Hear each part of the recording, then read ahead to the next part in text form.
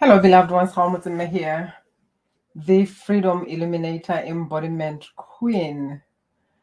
I help entrepreneurs and professionals to finally break free from generational inherited patterns and imprints so that they can tap into their unwavering self love, that inner magnetism, embody their confidence, and thrive in their boardroom and bedroom, attracting expansive opportunities and relationships.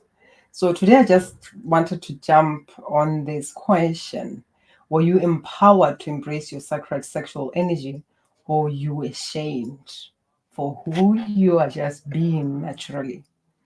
This is very important because the more I expand on this energy, the more I work on many people on this energy. The difference between someone who is suppressing this energy and somebody who embrace it. It's how they are able to connect to the joy, to the beauty, to the love in the world. And I realized that at the core of it, as I mentioned it, this is the energy of creation. This is expansive energy. This is loving energy. This is who we truly are when we are in alignment with our purpose. And your disconnection from this energy is disconnection from life. So when you look at life, do you see life through the perception of suffering, of pain? Do you feel even that you are allowed to have pleasure? You are allowed to enjoy yourself. You are allowed to flip and be happy, scream, do whatever that you get to do because it's at the core of this. Just being you fully in your body and allowing this energy to flow through you. How do you relate to life? Because at the core of it is the suppression, the denial, the repression of that inner magnetism. And I say this a lot. I just foresee a world where parents can empower their children to embody this magic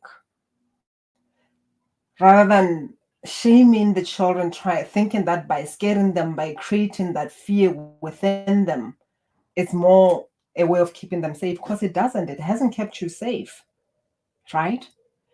And often what I realize with children who are being hurt or even being degraded by parents or even being overprotective and calling names and all that, because of your own fear, because of your own unresolved pain, what you do is you are trying to protect your child, and you are doing it from fear. You are doing it from judgment of who they are. You are not empowering them to understand the power of this energy, to understand the sacredness of this energy, to understand how they can use it for their highest and greatest good, right? So if you're coming from fear, your intentions are good, you want to protect a child.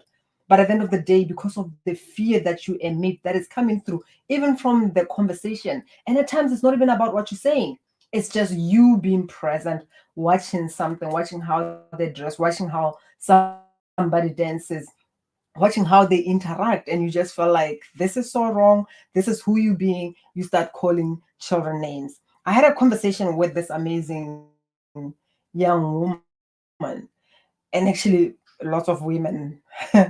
And what has them the most, especially those who experienced that traumatic experience, yeah, what has them the most is when they came to their parent to share with them what happened.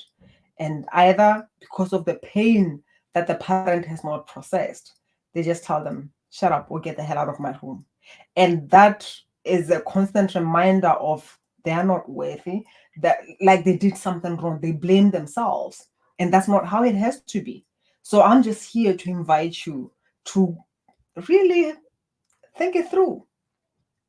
Where did you learn that who you are being is wrong? Where did you learn that this energy is sinful? This energy is whatever words that were used. When did you learn to disconnect from this energy? And it's quite interesting because when I ask you this question, it's because I was just having this moment of connecting with life, experiencing the beauty around me, and not just it being a thought, feeling the love, the beauty that is within me and experiencing it through everything that is around me.